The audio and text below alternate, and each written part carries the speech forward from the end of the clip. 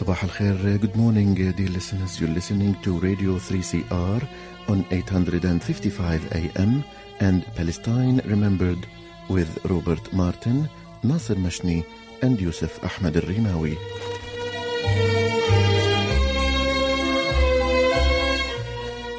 Palestine Remembered is Australia's only English language radio program that is totally dedicated to Palestine. We'd like to welcome those listening on 855 and those that will join us on podcast at 3cr.org.au.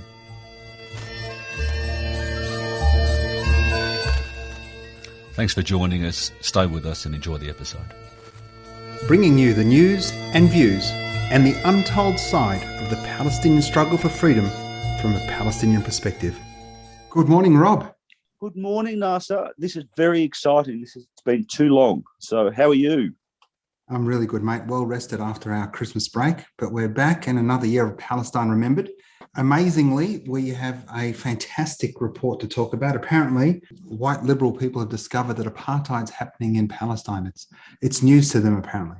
It must be anti-Semites, are they? Are they going to be labelled? No, of course they are. They're going to be labelled it massively now because the report is damning. As we know, it only just came out. And, you know, you and I having a discussion, we'll discuss it soon. I think that they've barely left a war crime word or apartheid word out of it. It's a damning report. It's so honest. And if everybody knew this, the world would be a different place. Well, we expect everybody to know about it because we're going to do our bit to amplify it, but we also expect people to do something about it. And so we're going to talk to a Palestinian activist from Sydney. She's joining us now, Amal Nasser. Good morning, Amal.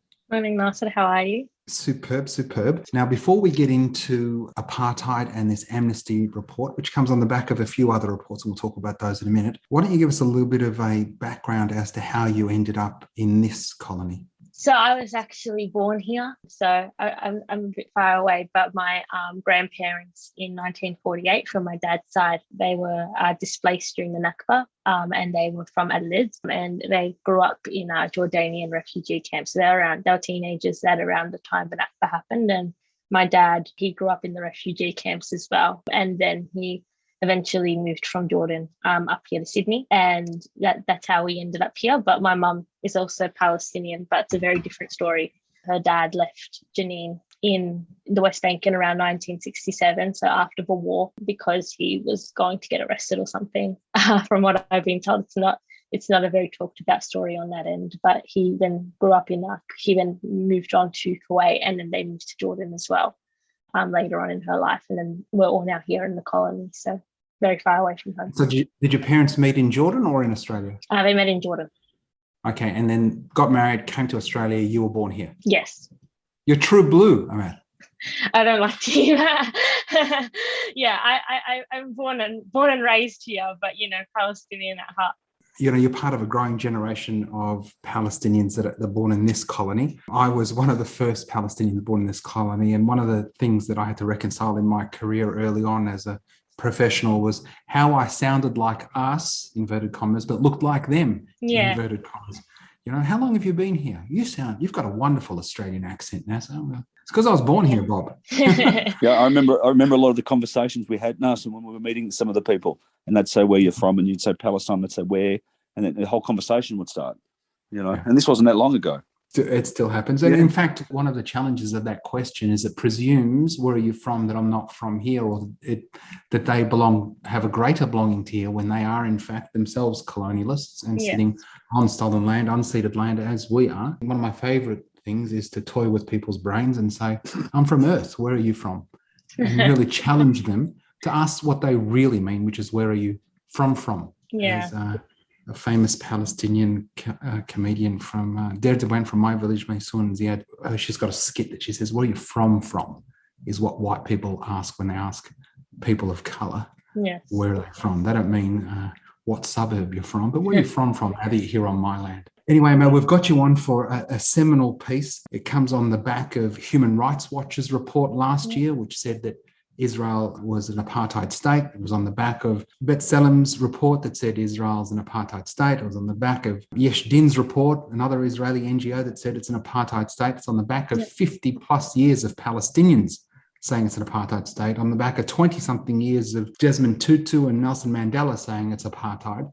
Finally, Amnesty said it's apartheid. The best thing about this report, in my mind, is that it includes all Palestinians, Gaza, 48, Jerusalem, West Bank, but the refugees, you and I, Amal, around the world, that we're all facing discrimination because of the apartheid state of Israel. Why don't you give us your thoughts on your reading of it? I found out about the report on Monday of people crying about it on Twitter.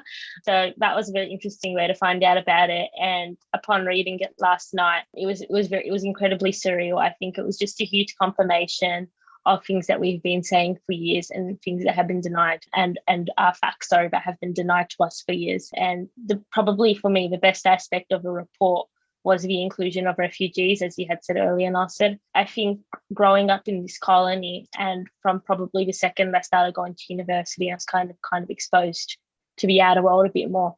I was in class with so many people who had come back from a gap year from Israel. They had gone on a birthright trip. And for me, that was so devastating because we don't have the right to go back. And, you know, I've never been there before. And if I were to make the decision to go there, it would be incredibly difficult just to enter the border. And as other Palestinians have said, you get these really limitations on how long you get to stay there. And I find it so unfortunate that peers got to go there and see they're on these funded trips and we don't. And just want to quickly, just for our listeners, that the birthright trip is for any Jew in the world, or basically gets sponsored to go over there and have a look at their motherland.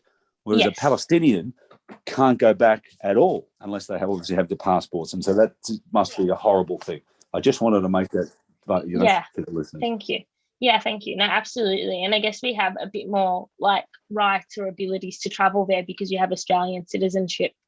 But like our grandparents are the ones who were directly displaced and directly experienced that, but they've never gotten to return. And they still live in Jordan and, you know, they would love to return and they still hold onto their keys, but they're just never given that opportunity to go there. And it was something that Amnesty made so very clear. And I think it is just so important for people to recognise that it's not limited to the borders between the river and the sea, but it extends to the entire diaspora wherever we are around the world. And I found that incredibly surreal to read. It is surreal. One of the things that struck me, that they've called for actions. I mean, it's not a subtle thing. You know, you've got to stop arming this place, start thinking about seizing assets. Do you want to talk about that stuff? Yeah, I found that's obviously incredibly important, and the fact that it's come from Amnesty, who to be reputable human rights organisations, is something that we would hope that leaders would take seriously. I mean, when we look at it in an Australian context specifically, we are directly complicit in this nation, in the war crimes that happen in Israel, in the apartheid, and in continuing its occupation. So I think there are currently plans to have a free trade deal with Israel, from my understanding. And I think it's just really important that our leaders reflect on this and look at this report and read it in full and recognise that going into that deal is normalising relations with an apartheid regime. And we do really need to take the same measures that were taken with South Africa and the harsh measures that were taken back then to end Israeli apartheid and to promote freedom for Palestinians and to promote human rights. And on top of that, there was, I believe, they discussed, as you said, Nasser, ending arms sales to Israel. And I believe in Australia, we are complicit in that, and as is the US especially. So I think it's really important that Western leaders who are arming Israel deeply consider that who we are arming and who we are funding in that sense, and recognise that these deals and these decisions caused us to have blood on our hands and Palestinian blood on our hands. But we don't really expect anything less from the same countries that also arm Saudi Arabia and the UAE and arm many other places around the world who are complicit in war crimes. So let's just hope that they do reflect on this report very closely. So we talk about apartheid, and we've known it's apartheid. In 2018, Israel introduced the nation-state law. Then Prime Minister Benjamin Netanyahu posted that Israel is not a state of all its citizens. The nation-state is of the Jewish people and only them. I mean, it can't be more categorical. The Prime Minister said this place is just for Jews. Is that racist? Apparently it's racist. Sorry. One of the defences today of the Israel lobby, of the Zionist lobby, is that Amnesty International is in fact an inhuman rights organisation. It's not a human rights organisation, it's an inhuman rights. They haven't spoken to any of the points within the report because they know 280 pages of 4 years of methodical, systematic research with footnotes and reference required. they can't dispute what's in there. I mean, one of the things that I got out of it, in the COVID package that we had in Australia, whether it was JobKeeper and JobSeeker and banks weren't allowed to foreclose and rent relief, etc., the COVID-19 recovery package, only 1.7% of it was given to Palestinians, when they represent 1 in 5 people inside, 48 Palestine or Israel proper, whatever you want to call that. The discrimination against Palestinians goes to so many different things, whether it's land, whether it's funding into schools, the fact that no Palestinian towns or villages have been set up since 1948. It's entrance committee law. There's a law on the Israeli statute that allows small villages under 400, and I think they're introducing new legislation to under 1,000, that allows for those committees to ensure that the fabric of that society is maintained. And so these entrance committees can interview prospective home purchasers to ensure that they're going to be suitably fit. And we know what suitably fit is. And because we know that from the Jim Crow laws of the deep south of America, we know that from South Africa, it means, are you the right person? And in Israel, are you the right person means, are you Jewish? Because if you're not Jewish, if you're Christian or Muslim or agnostic or whatever, we don't want you. Exactly. Now, it can't be any clearer than that. Now, when you go through the report, some of the stuff, it's so strong. I mean, I want to read a couple of these quotes. Israeli authorities enact multiple measures to deliberately deny Palestinians their basic rights and freedoms, including draconian movement restrictions in the occupied Palestinian territories, chronic discrimination, underinvestment in Palestinian communities in Israel, and the denial of refugees' rights to return. The inalienable right, Amal, for you to return. Inalienable means your birthright. Yeah. Your birthright to return is yours and yours alone. Should you choose to exercise it, it's yours. Your father can't sign it away. Yeah. Your mother can't sign it away. You can't sign it away for your unborn children. They, above or below you, parents or children, might choose to return. You might choose not to. Exactly. That's why it's inalienable. Now, the fact that the Amnesty has finally included all refugees, I mean, the Palestinians have always spoken about the right of return and all of our rights to return, receive compensation, etc., as part of a decolonisation process. We've spoken about that forever. But the fact that it's here in black and white from the most respected human rights NGO with over 10 million members all over the world, I think this is a watershed moment. Yep. You think it's that serious? Absolutely, it's that serious. I mean, it doesn't mean anything when brown people say somebody's hurting me. No. I mean, we've been saying it forever, and that's the case when it's us. It's the same for our Indigenous brothers and sisters here. It's the same for a West Papuan fighting for self-determination in West Papua. But when a white person says something's not right here, suddenly, the white world might listen a little bit. And certainly, when a Jew says something about a Palestinian, it gets elevated.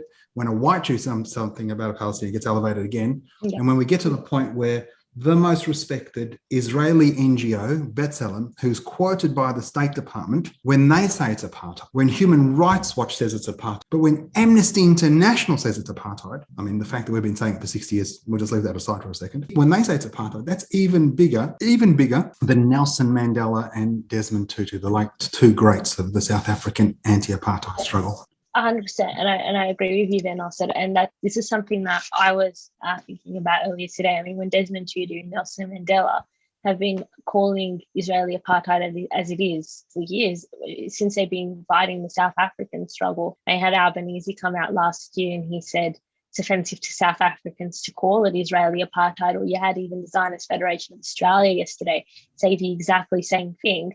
You really wonder whether they're looking at South Africans and they're taking it seriously. But I really wonder if Albanese is sitting on his desk right now looking through this report and wondering what the hell he's going to say about it. Because to them, when these white liberal nations say these types of stuff, they take it as more reputable than when South Africans who experienced apartheid said it, or when Palestinians have been saying it for years, or when anti-Zionist Jews have been saying it. So it's just, it's just one of those cases of these institutional factors where we're really barred and we're not really heard until a white person yells over us and tells us, no, they're right. They've been saying it right this whole time. So, yeah, I wonder how Albanese is going to handle it. But, when we saw what Scott Morrison said today, which is not every country is perfect, he basically agreed with what Amnesty said. He basically agreed by saying, by admission, that Israel is indeed committing apartheid, but hey, no country's perfect, right?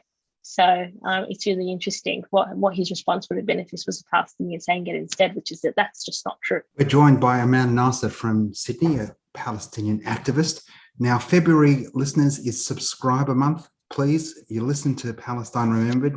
Our voice is silenced in mainstream media. Without avenues like 3CR to give you the news and current affairs on Palestine, we would be denied another avenue to speak truth to the power that is the Israel and Zionist lobby. Please go online, www.3cr.org.au/subscribe, or call in 9419-8377, 9419-8377. There'll be a link in the podcast to how you can subscribe. So please do subscribe. Make sure you mention that you listen to Palestine Remembered and you think our show is the best show on 3CR. Just on that, Nessa, quickly, you're saying that we're lucky to have our view and our voice heard. Our listeners probably don't realise that we do get attacked quite a lot from the lobby, trying to stop this show, and they try and trip us up on everything. And so we are actually very lucky that 3CR are so behind us in Palestine. So it really is a wonderful thing. Indeed, Rob, indeed. So the best thing that we've got here at 3CR is their support and the fact that we speak truth. Amal, again from Sydney, Amal Nasser. One of the things I've always spoken about in my lobbying meetings as we go to Canberra and try and speak to Albo and talk to him about apartheid, one of the things that I point out to them, I'd be interested in what you think about this, about people whitewashing their own histories. I say to them, in the 80s, if you went into Ronald Reagan's office or Margaret Thatcher's office, you would have seen pictures of them with F.W. de Klerk, the last Prime Minister of Apartheid, South Africa. And at the time, Nelson Mandela was in jail. Margaret Thatcher and Ronald Reagan thought he was a terrorist. People power, boycott, divestment, sanctions, Springbok tour, etc., etc. Australia took a leading role back then. We should congratulate Australia for that. We get to that point, and then suddenly everybody takes those pictures down. And then everybody whitewashes their own history. You meet white South Africans in Australia, and they left in 2003, 5-10 years after the Troubles. And they go, oh, I was against apartheid. Really? What we want politicians to know is we're taking names. We're writing, you are not going to get a chance to whitewash your legacy. Yep. We're going to remember what you said. And Albo, you said it's not like South Africa. And you're right. It's not like South Africa. Even Desmond Tutu said it's not. He said it's worse. Sharpeville, the Sharpeville massacre, was some South African police people with some 60s level machine guns. The South Africans never dealt with an Apache helicopter, an F-16, nuclear submarines, and nuclear power, a blockade on 2 million people, denying them food, water, access. They dealt with exactly what we're dealing with: separate roads, separate registrations, permits, passes, that sort of stuff. Yep. But never dealt with the sound of a supersonic jet breaking the sound barrier at 2 a.m. so that children can't sleep. Yeah. One of the challenges with this report is the conversation that happens from here. It can quickly become this conversation around the simple thing is just equal rights. Yeah. And that's a simple thing. And it's a wonderful thing and certainly a step, but it's not the end game. The end game has to be a decolonization. Yeah. We have to break down the settler construct that is Zionism. Yeah, I agree with that wholeheartedly.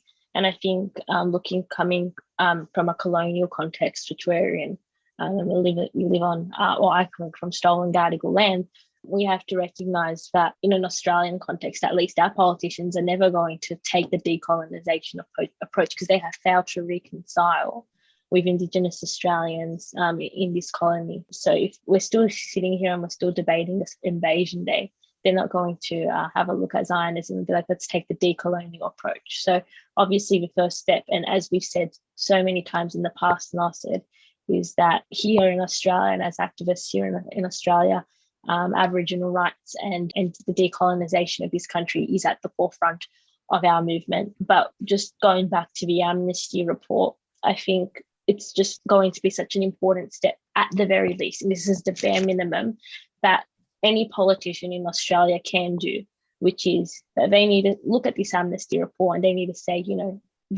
we need to end Israeli apartheid and we need to stop denying equal rights to Palestinians, and we need to advance human rights. As we call for advancements in human rights in the CCP and in Iran and in Russia, we need to do the same in Israel and for our allies. So they're failing to consider this to begin with, and it's going to look very and history is going to look very shamefully at them for failing to even do this bare minimum. But just this report as a whole, I think it's a very important report. It's very monumental, but it obviously does not address the root of all of these problems, which is colonization, and which is Zionist colonization, to be more specific, that occurred in 1948, and that's ongoing to stay. But yeah, I guess leaders just have a very big, important reflection to do at the moment, which is just to, at the very least, consider the issue of apartheid and the issue of equal rights in that country over there. Absolutely, and you're right, Amal. This report gives great opportunity. It's going to create a discussion.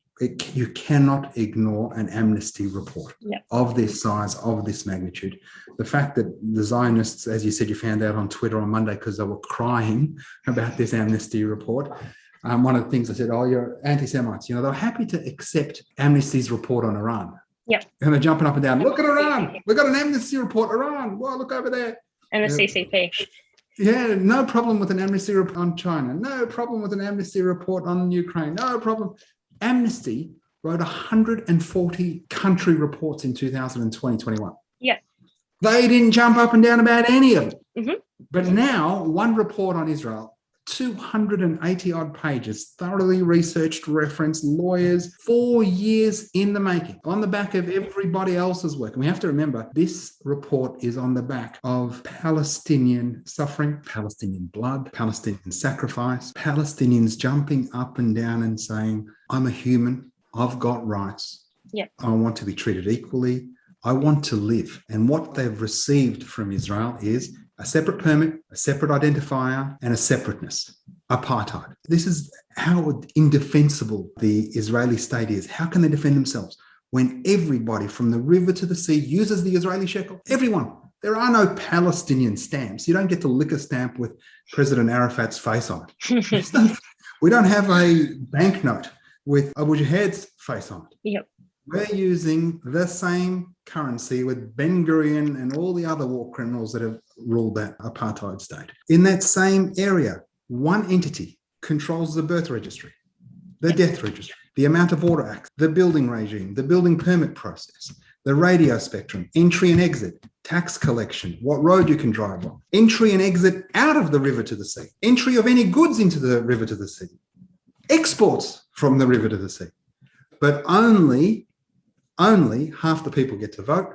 Yep. And per chance, 1 in 10 Palestinians get to vote, those that have registered to vote or have become Palestinian citizens of the state of Israel. That's apartheid 101.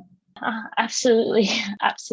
And this is the so-called only democracy in the Middle East, right? So, they sit here and they're using these defenses like there are Arab politicians and there are Arab members of the court, but it's honestly I'm trying to the best one, I got somebody today, Mansour Abbas, who's the head of an Islamist party.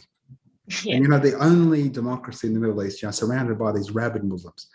Mansour Abbas, who won't get re-elected again, is persona non grata in all of the Palestinian communities because he has, by virtue of joining that coalition, has in fact accepted so many Zionist things that Palestinians don't accept. But this Palestinian Islamist who has some horrible politics, this guy, who's a member of the ruling party and a member of the Knesset, is the Deputy Arab Affairs Minister. The Arab minister isn't even an Arab.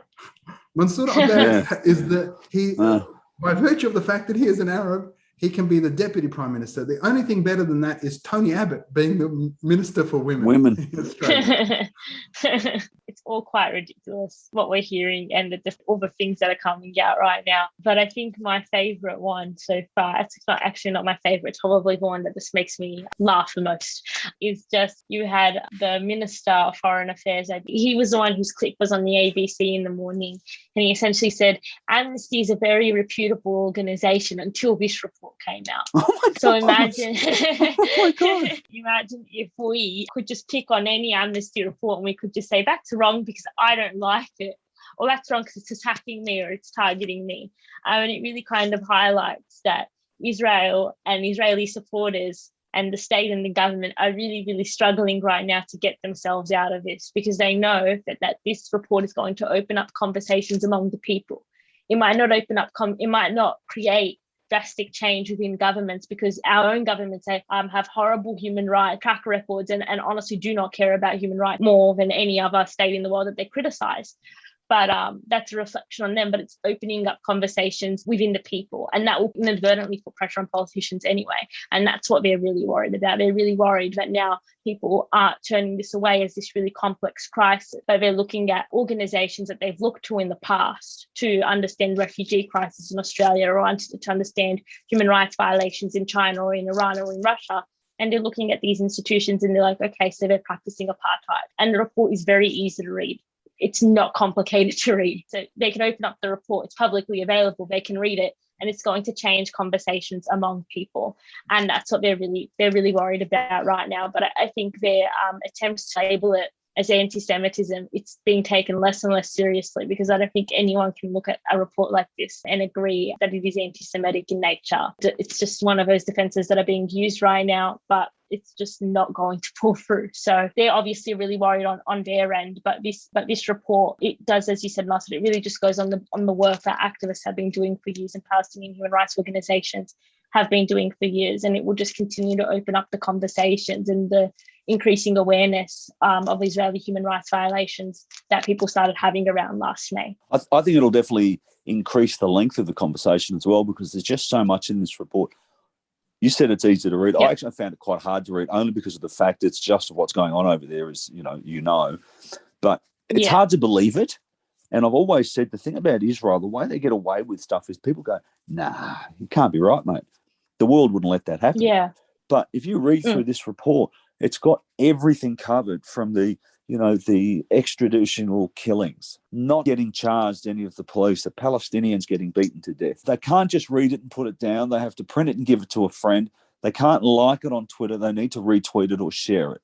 We need people to see this. How do we do that? Yeah. So we'll put a link to the report in the podcast. So if you haven't come across it yet, listeners, there'll be a link there. You can click it. The thing after reading that report is we need you to act. So write to your politician, speak to your politician. We're coming into a federal election, so meet the candidates, go meet the candidate forums, etc., and ask them what their position is on apartheid Israel. We used to say apartheid Israel 20 years ago in Canberra, and they'd look at me funny. Well, increasingly, I got less looks, and we're due to go to Canberra sometime this year in 2022, and I'm sure, we'll be sending every member of parliament a copy of this report to make sure they've read it, and ask them, tell them it'll be part of their homework, and the exam will include questions from this report. So we will be holding them to account, and we can ask you to do the same. Yep. Amal, I'm going to just read a couple of lines from the conclusion. Thank you so much for joining us, Amal Nasser, activist from Sydney, a fantastic young Palestinian. Thanks for joining us. Thank you for having me. And these are the final lines, a couple of lines from the conclusion. Israel must grant equal rights to all Palestinians in Israel and the occupied Palestinian territories, in line with principles of international human rights and humanitarian law.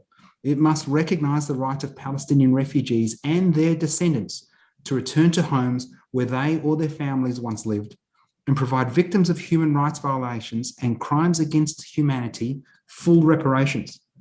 The scale and seriousness of the violations documented in this report call for a drastic change in the international community's approach to human rights in Israel and the occupied Palestinian territories.